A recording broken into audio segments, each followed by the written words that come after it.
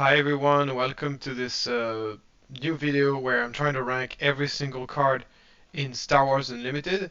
And today this is part 6 of this series where we're going to talk about the mono green cards. So, especially when I'm talking about an entire monocolor, there's a lot of cards to review which can make the video pretty long, so feel free to watch this video in maybe 1.75, 1.25 or 1.5 speeds to make it a bit faster.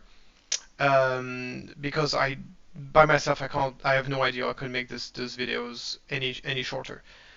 Anyway, without further ado, let's go into the very first card for today's tier list, and that's General Krell. So General Krell is once again one of those double aspect requirements. So I've already said that in my mono blue video. But basically, the problem with double aspect card is obviously they prevent you from playing an additional colors out of your deck, which is obviously a huge constraint. So in order to make up for that big constraint that you can only play one additional color on top of villainy or heroism, they have to be very strong to make up for that. Unfortunately, General Krell is not one of those cards. We're talking about a card that costs 5, that has no immediate impact on the game, that has really bad stats. For its price, 4 HP simply just dies to a lot of things. The force keyword is nice, but there's no really any force synergy in the green color, and the effect is simply okay, I guess. The fact that he does not count for himself is not great, and card draw in Star Wars Limited, generally speaking, is not a super high value effect. So there's just simply nothing going for this card, and I don't think this is a card that is playable, at least in the current environment. So I'm going to rate this card very low. I honestly don't see in what context this could be ever playable. I mean, of course, I can imagine some weird combos in the future that could make this card good, but for now it is pretty unplayable. And as a fact, the fact that it is a double aspect card makes it even more difficult to justify. So simply a bad card, and I think that even if this card was single aspect, I still think it would be a bad card. So yeah. Next we got Attack Pattern Delta, which allows you to buff a bunch of units. This card basically attack bonus that are temporary and don't allow you to attack right away with the units are very risky, because you buff the unit and then you leave your opponent an entire opportunity to basically react to it. You can exhaust, kill your units, play a sentinel to block them. So it becomes those effects are very difficult to utilize properly. So Attack Pattern Delta on top of this, in order to be useful, it needs to be played on multiple units. I would say at least 2 units, if not 3, to be able to get the full potential of the card. And for this, you need to have multiple ready units at the beginning of the turn when you play that card. So there's just a lot of condition. It's not cheap either. And you boost your unit and you give huge opportunity for your opponent to react to them. And all those factors together makes this card a pretty situational card. There's obviously some situation where it can be good, but those situations would be very rare. And more importantly, once again, it's a double aspect card, so I have to judge it very harshly, because if you want to play any of those cards in your deck, you have to restrict yourself an entire color, which is a pretty big deal. So this card is also going to be a D tier card. I would definitely rank it higher than Krell, because there's definitely some situation where this could be useful, especially in an aggro deck that is pushing for extra damage. But I would rate this really low, probably lower than Cloud City Guard, something along those lines. Yeah, it's just not a good card. Next we got the only good double aspect command card, and that is obviously Command. So Command is as you can expect a pretty strong card. It's very flexible, has 4 different effects, and all 4 of them are useful. The ability to ramp and be a removal spell at the same time can be very powerful. The 2 experience token effect is also very potent. The problem with Command is not necessarily the card itself, but the environment in which it's in. The problem typically with Command is that um, double green is not an aspect combination that I would consider to be very strong. As you can see, the two other double aspect cards are very weak. So this, of course, affects the rating of Command, which, in my opinion, is not as strong as it could be if it was in an aspect combination that was a lot stronger. Um, the other problem with Command is like the card itself has a couple of major weaknesses. The first weakness is the ramp effect is only very specifically good at specific moments. A ramp card that costs 4 is not as strong as a ramp that costs 3, because a ramp that costs 3 can be played earlier, and you benefit from the effect earlier, and that has a really big impact on the game. Basically, you could feel like a removal, for example, as roughly the same value regardless at what moment of the game you play it. For a ramp card, it's not true at all. Really, like a ramp card is one of the best cards in the game at a very specific moment of the game, and then as you progress later on in the game, it becomes less and less good. So a card like, for example, Resupply is almost one of the best cards you could ever play on turn 2, but then on turn 3, it's already a lot weaker. Turn 4, it's start to become borderline unplayable, and then further than this, it's pretty much useless. So, in Command, the fact that you have to play by default on turn 3 is a pretty big deal. So the ramping effect is not as good as the one you're going to get from other cards, even though it has another combined effect. And another big weakness of Command as well is that the removal aspect of the card only affects non-unique enemy units. And it turns out that the vast majority of units in these games are unique, which means that the removal aspect of the card is extremely unreliable.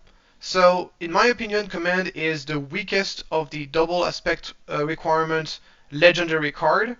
It is still obviously a very strong card for its flexibility and the fact that he has 4 powerful effects, but it is not nearly as good as the other double aspect requirement card, and the fact that obviously that he has a double aspect requirement is a major weakness. So we put Vigilance in B tier. Command is also going to be in B tier, but it's going to be much lower. I'm probably gonna rate it basically over Piet, over Admiral Piet. So it's going to be B tier. Once again, it's mostly because this card would probably be rated higher if double aspect requirement card were more powerful. But since double green is so weak, I cannot rate this card further than B tier. Next, we got oh, sorry, I skipped that card. That's Vanguard Infantry. Vanguard Infantry is a horrible card by itself, just a very low value 1-2 unit, doesn't do anything, and then when defeated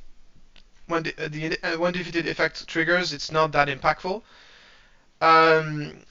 It has almost no relevant keyword, just Trooper as a trait, not really enough to have any powerful synergies. With that being said, there's a couple of leaders that synergize really well with this card. The first one is Palpatine, that can sacrifice units to deal 1 damage and draw a card.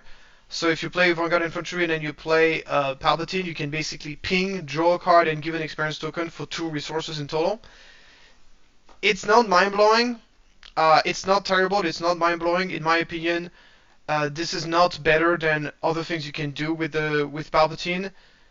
So I would not necessarily recommend in Palpatine, even though it does definitely do a little bit better in a Palpatine deck than it is in other decks. Another leader that does well with this card, and this one I think it might be worth considering, is for Chewbacca, because Chewbacca, of course, can allow you to play a card from your hand and give them Sentinel. And basically, in a Chewbacca deck, you can play this card, force your opponent to attack into it, and then you get to get the bonus from it. Overall, it's still very underwhelming, and I don't think it is worth playing in any deck, even with the leaders that synergize well with him. So overall, the card is going to be a D tier. Thanks to his handful of synergies, I'm going to rate it relatively high in D tier, but I still think it is not a really good card. So, and I think it's still not a great idea to place it in your deck, regardless of the situation. I think the the biggest sin of this card is just the when defeated effect is simply not impactful enough. Next we got Colonel Yularen. 2-3 for 2 official Imperial, so 2 very relevant relevant traits, sorry. Immediate impact on the game as you gain 1 HP if Yularen is the only card. A decent turn 1 play, 2-3 for 2 is not amazing on turn 1, but so I think this card is pretty solid, especially if you play it in a deck that has a lot of green units when you can really get a lot of heal from it. You're gonna see this card typically in decks that needs officials, like for example a Palpatine deck that's gonna want to turn on the Royal Guard, or you're gonna see this in the sideboard of most green decks, because it allows you to give you a early gameplay that gives you a couple of life, and this extra HP that it gives you can be the difference between you winning and losing, especially against a deck like Sabine that can deal damage directly to face. So you're not going to see this in every green deck, obviously, because some green decks simply do not play a lot of green units. So in this case, the healing becomes very small. So it's a good card. It's a decent card.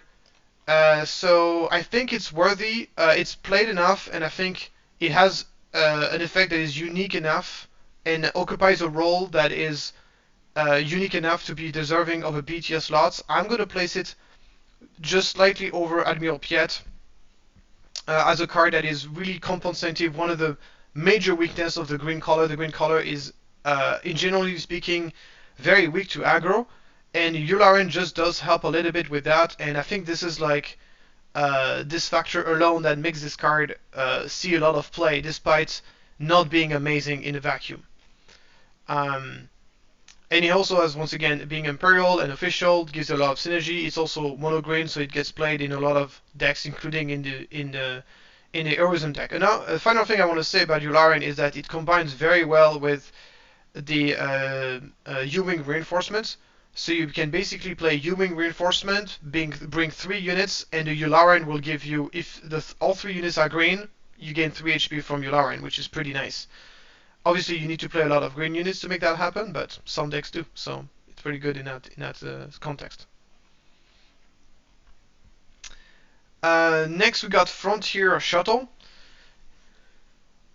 This card is pretty interesting in theory. It does something very unique. Allows you to get an extra attack from a unit, but this attack cannot target a base, and this attack can happen even if the unit is exhausted. So, in theory, the card looks very interesting, but it's as simple as this. Despite this card being playtested quite a bit, I've never seen anybody having good use out of this card.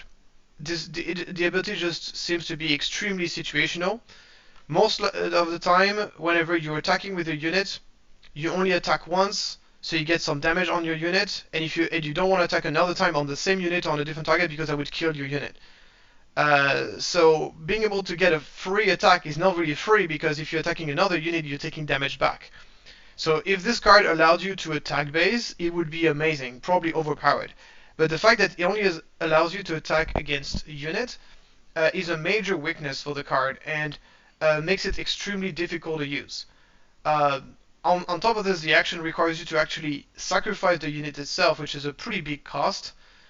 So yeah, this card has a lot of problems. Not only that, it also has very bad stats, obviously, so until you use the sacrifice effect, the body is not very that useful. It just dies to almost everything and deal very little pressure to the opponent.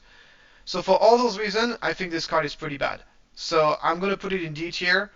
I'm going to put it on top of D tier, because there's still some situation where this card can be very good. Of course, but as I said, I've never seen a situation where it was useful. I just know in theory those situations do exist, especially if you're combining with cards that have one attack effects. So obviously this means the card has some potential. I think if you really want to get extra attack from cards or untap effects, I think you're better off playing something like Modi, to be honest. Modi seems to be doing a similar job, but just better. I'm talking about the Admiral Modi. And even Admiral Modi, which I think is a better effect, a better version of that effect, even Modi doesn't see any play. So I cannot see like a worse version of that seeing any play anytime soon. So for me, this is D tier. Moving on, we got Patrolling V-Wing, which is another very bad card. As I said, card draw effect is not very valuable in Star Wars Unlimited, and Patrol V-Wing does not even provide card advantage because you're playing one card for a card and you left with a 1/1 body, which is very bad in Star Wars Unlimited. There's just simply no reason to spend 2 resources on a 1/1 that brings nothing to the board. So I'm gonna go pretty quick on this card. As this current said, I can imagine some future decks that would be able to use this card to some extent, but as of now, this card is pretty unplayable.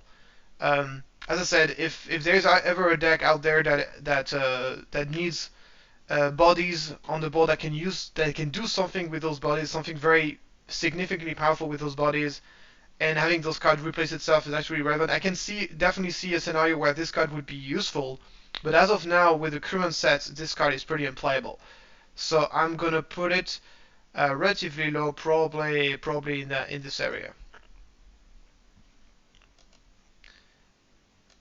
Next, we got Consortium Star Viper, a card that doesn't sound too amazing on paper, but it does something that very few cards in a game do, and it is basically a green card that really significantly improved the aggro matchup. So green is a color, as I said before, which is relatively weak to aggro most of the time because it's a relatively slow color, doesn't have all the sentinels and the life gain that blue has, and yeah, so having a card which is specifically built to counter aggro is extremely valuable in this color. So Consortium Star Viper is a card that you're going to see very often in the sideboard, and sometimes even people like to play it in the main deck just to make the aggro matchup slightly better.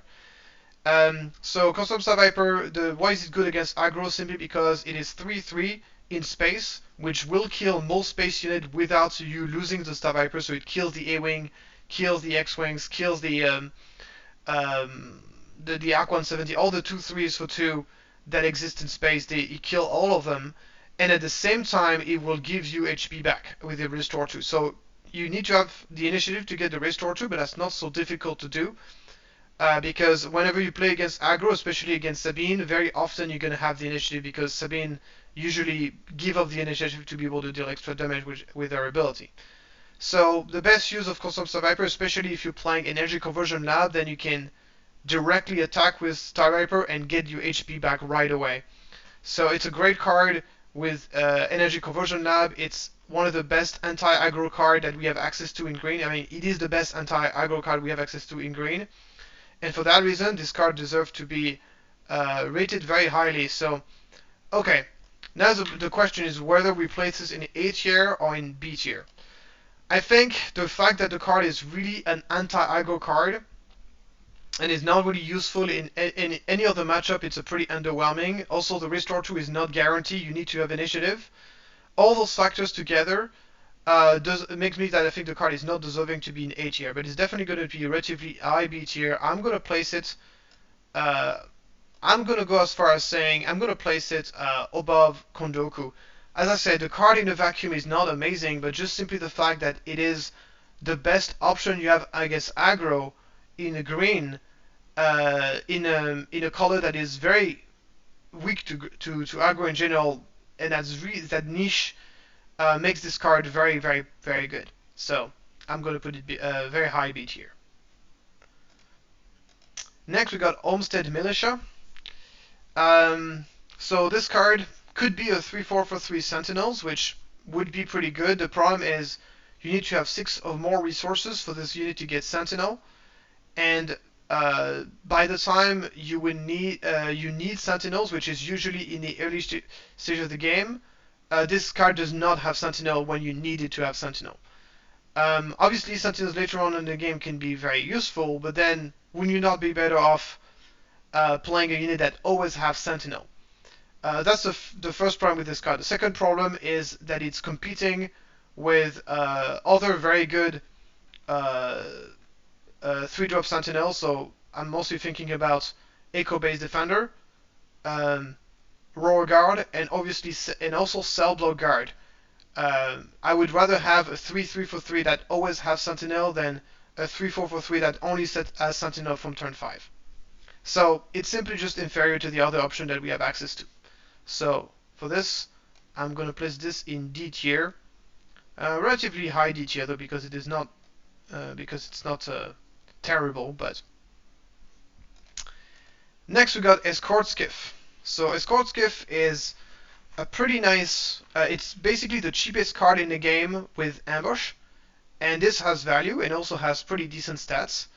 The problem with Escort Skiff is that you need to have a green unit in play for this to have ambush, and that's not necessarily very easy to do. Because units in early stage of the game trade with each other very aggressively. So, from my experience, the only deck that has been able to use that card reliably has been Luke, because Luke can play a turn 1 play and then give it shield, and he also plays a lot of green units. So if you're playing green Luke and you're playing turn 1 Dispatcher, giving it a shield, and then turn 2 Eco-Based Defender, give it a shield, then the likelihood that you're going to have a green unit that sticks to the battlefield is going to be relatively high. So this makes Escort Skiff a lot more reliable. Of course, the Alliance Dispatcher also allows you to play it on turn 2, which is very nice. So from my experience, the only deck that I've seen this card being good has been in Luke, because that's the only deck that can really reliably give ambush to that unit. Another weakness of this card is the fact that the green color in general has no shortage of strong ambush units. We're going to see that later, but there's simply just a lot of ambush units in that color, which means that this card has a lot of competitors. So all this to say that it is definitely not unplayable, so I don't want to put this in D tier, but it is a card that I would rate relatively low, so I'm probably going to place it over Guardian of the Guardian of the Wit is fine. Maybe I'll place it over. Yeah, I think I'm going to place it over Guardian of the Wheel in C tier. It's playable. It's very niche though. I think the deck in which that can make use of this card is very niche. The fact that it's a ground vehicle is nice. There's a couple of nice vehicle synergies in this game, but it's not enough to save the card overall. Moving on, we got another 4/4 ambush, and that's Agent Kallus.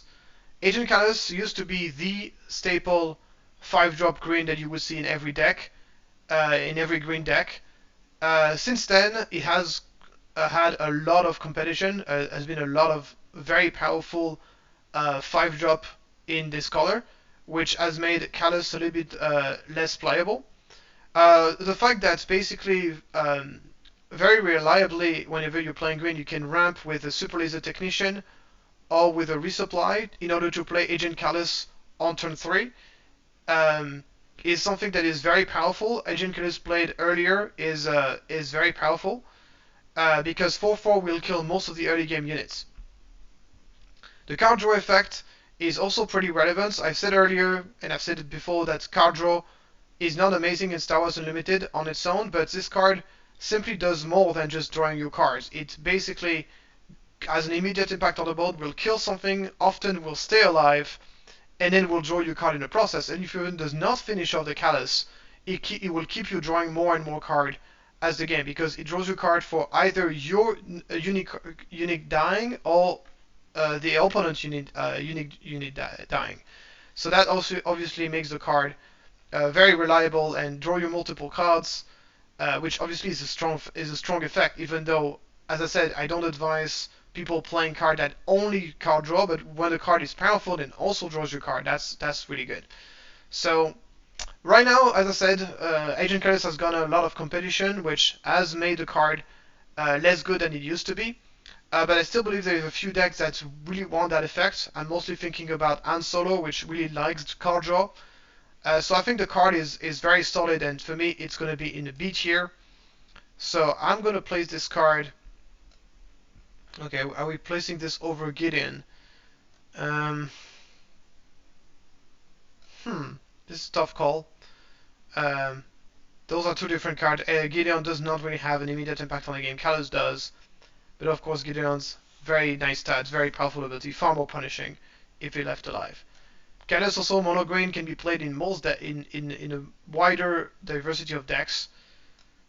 Okay, I'm going to place it here between Kanan and Gideon. I think that makes sense.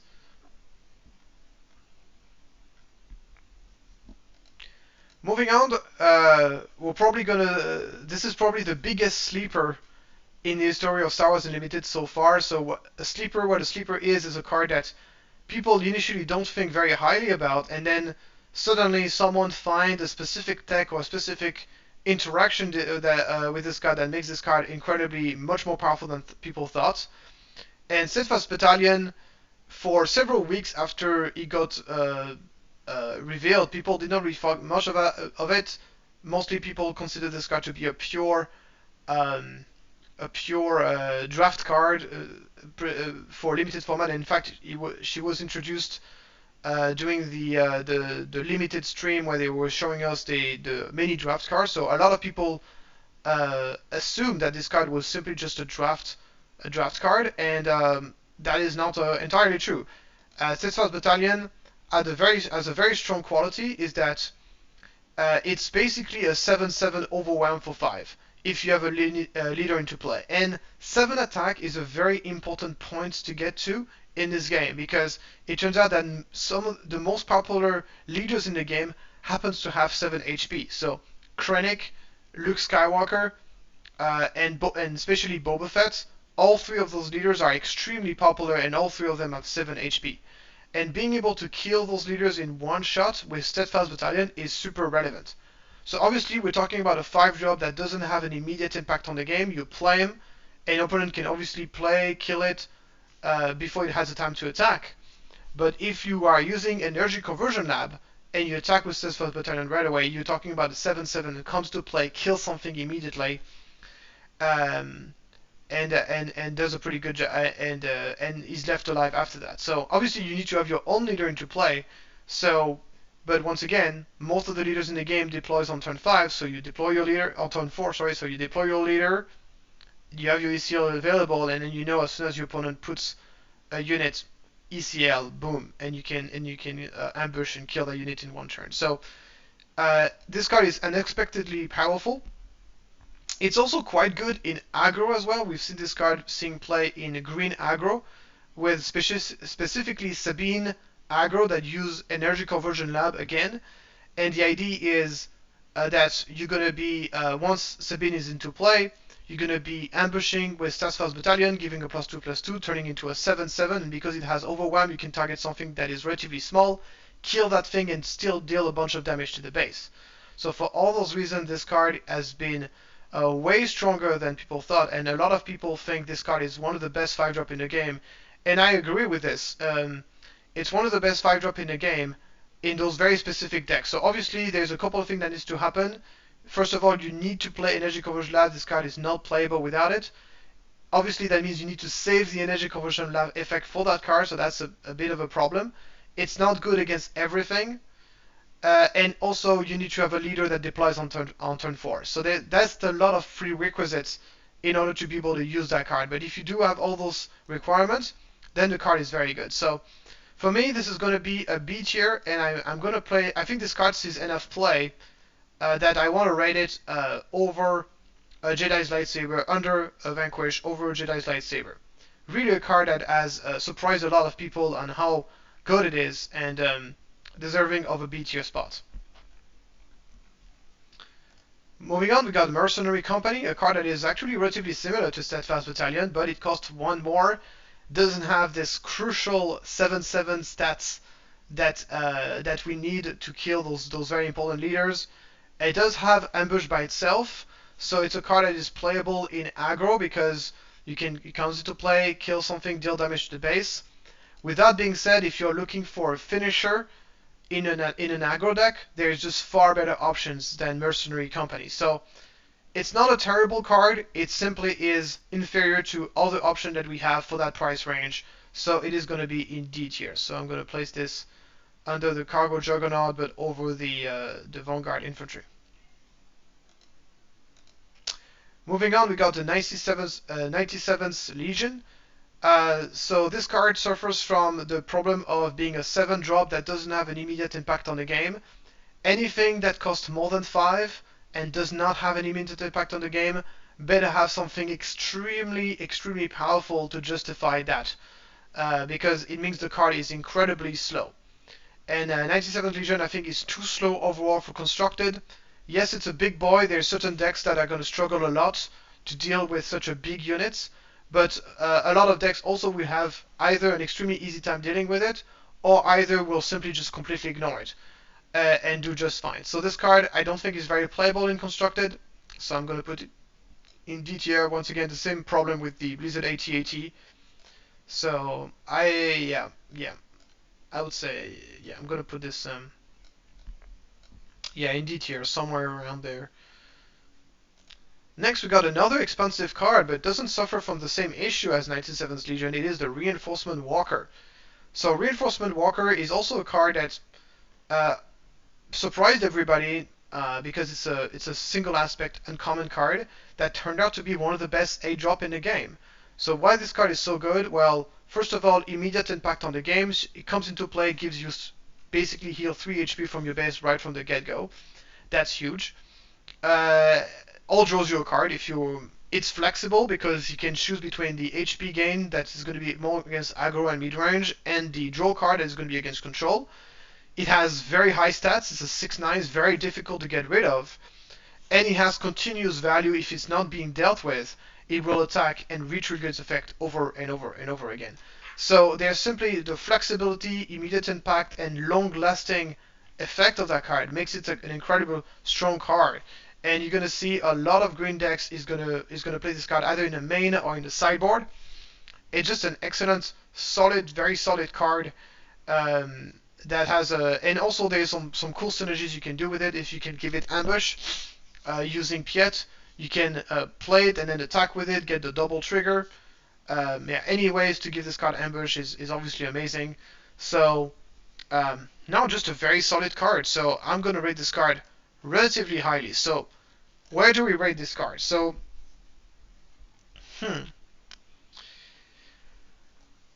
so Ohm1 I think is more powerful in decks that are really built around Ohm1. So I think if you're playing a hand deck, Ohm1 is going to be stronger because it can really feed the discard pile and really make consistent use of the ability.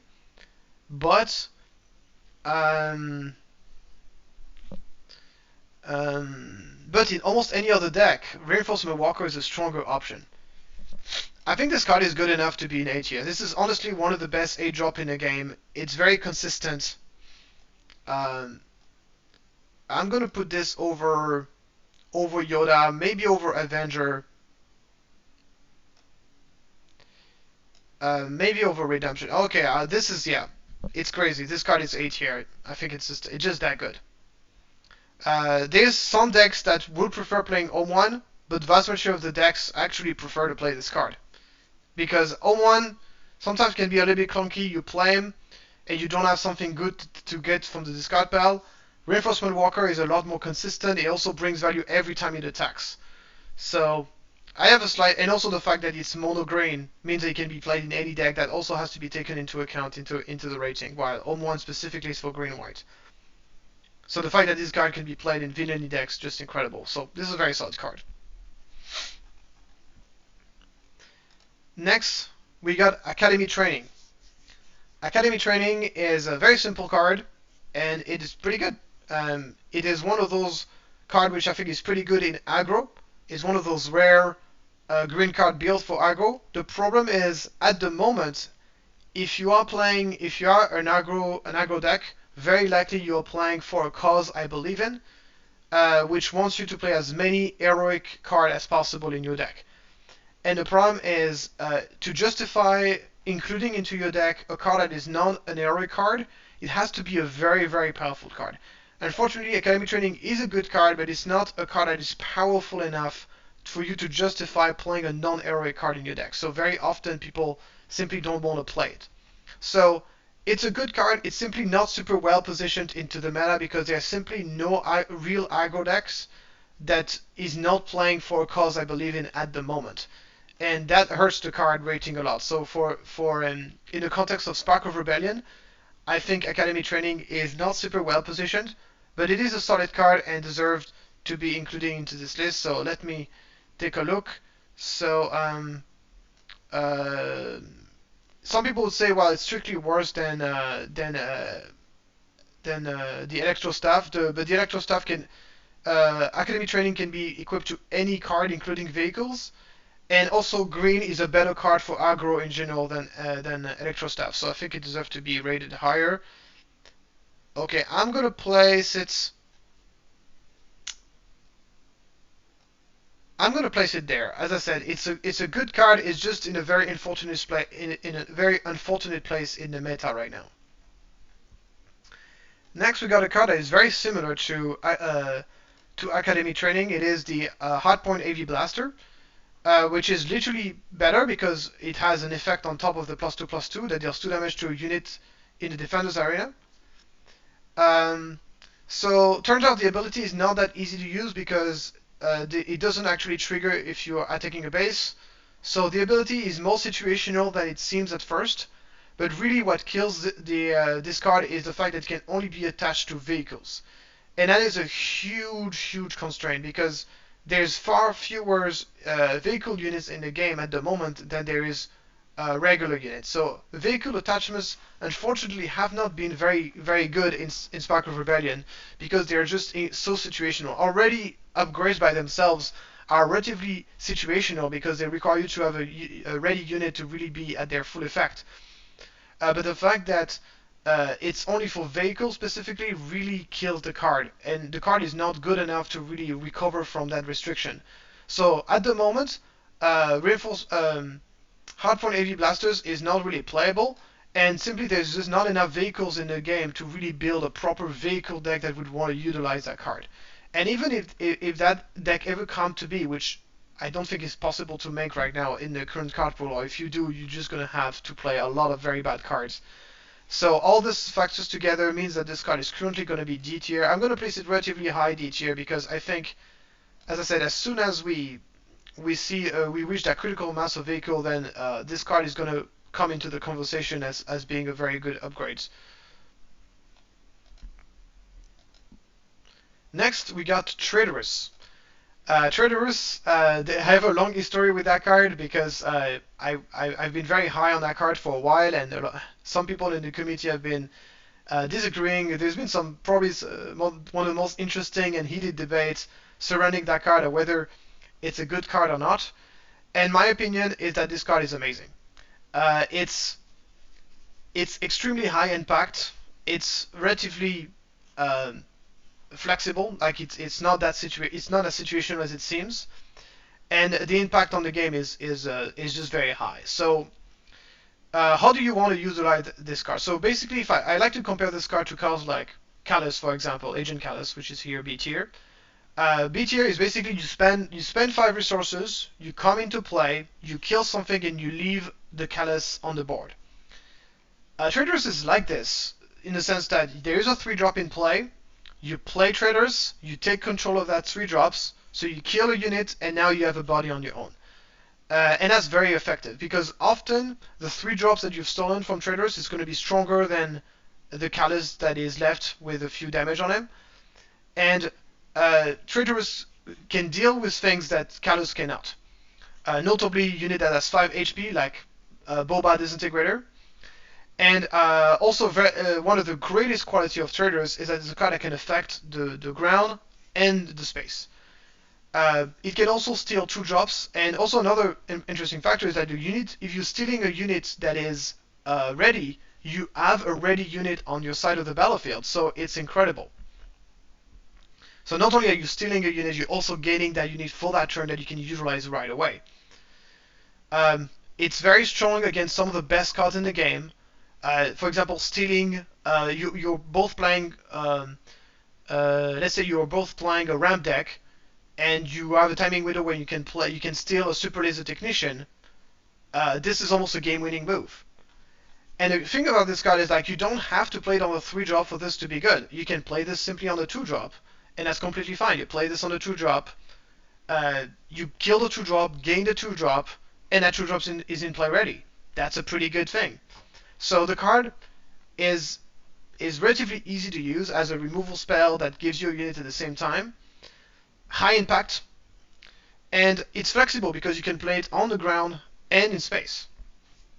So just for that reason, I find Traitorous to be great. But really, what makes this card even better than I thought it was at the beginning is that it's specifically strong against very popular decks.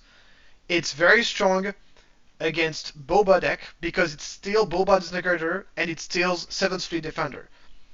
Some of the best 3-drop in the game. And this ability to counter those is just incredible.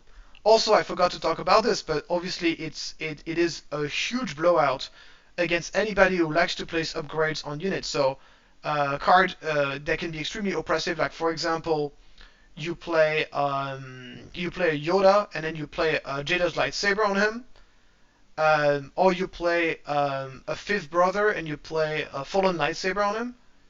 Those kind of combos can be extremely powerful, but you play Traitorous and you take them for yourself. This is a game-winning move.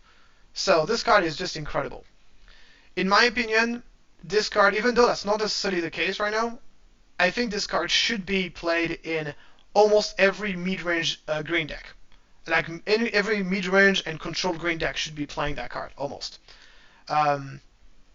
Whether it's in the main deck or in the sideboard. It's just an incredible card. So, do I think this card is a S tier?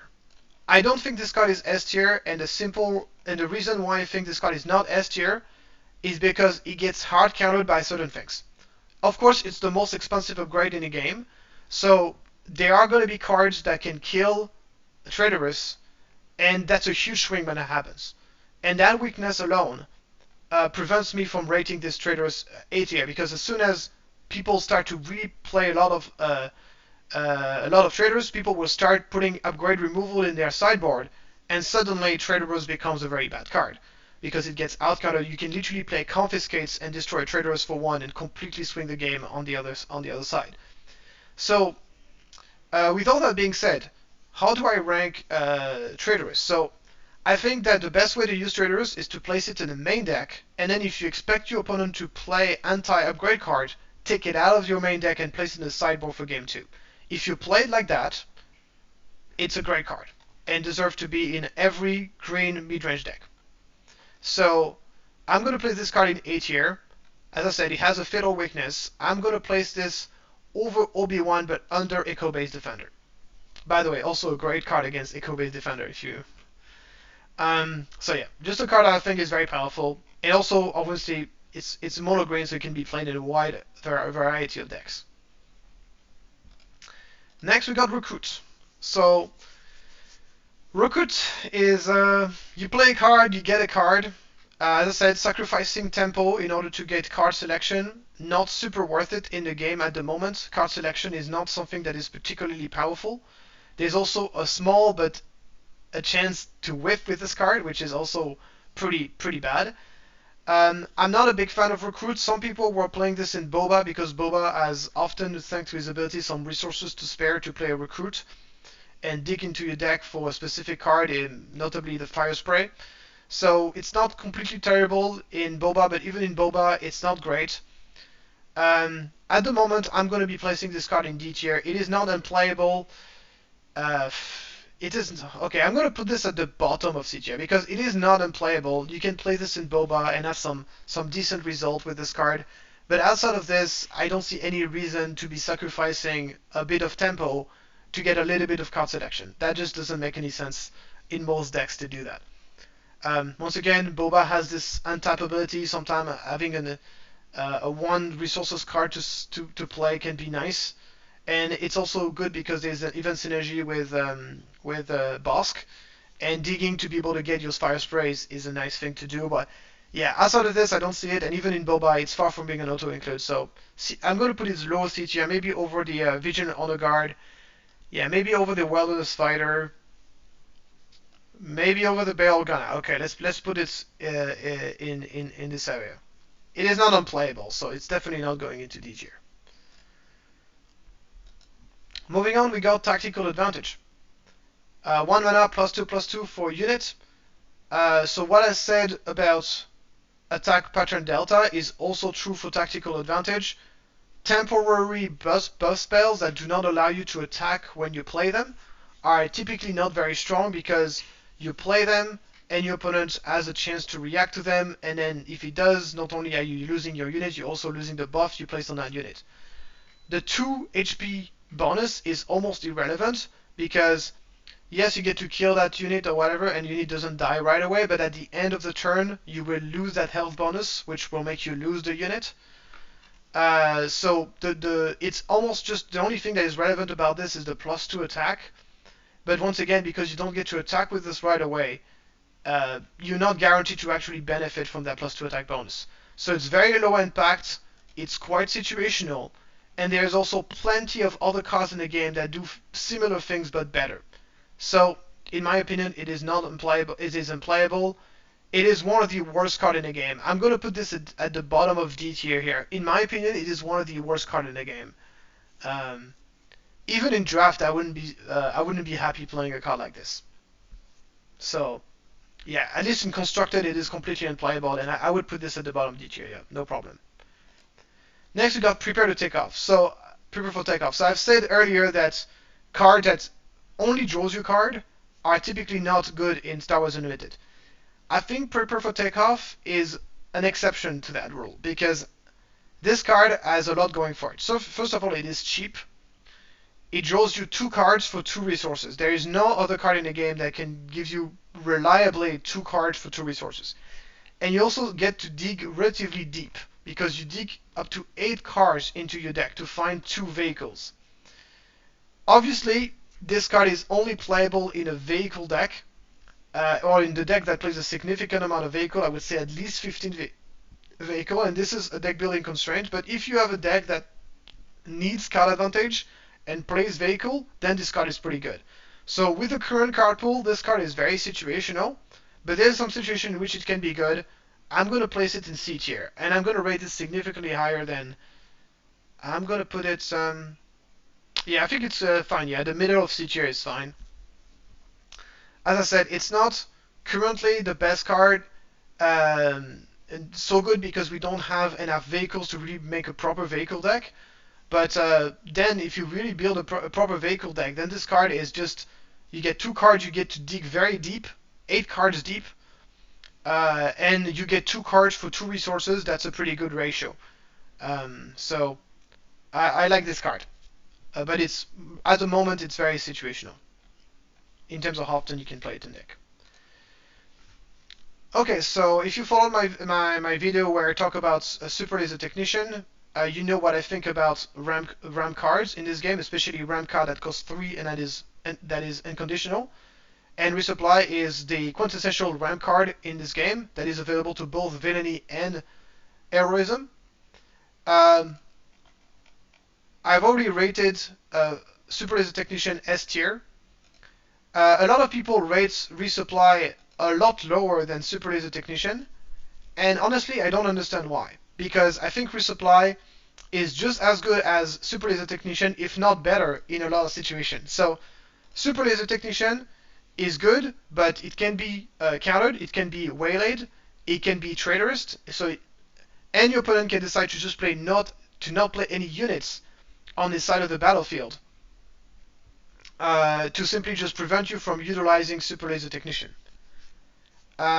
So yes, Super Laser Technician allows you to get the resource ready, and it also allows you to deal damage and sometimes kills the units, which is great.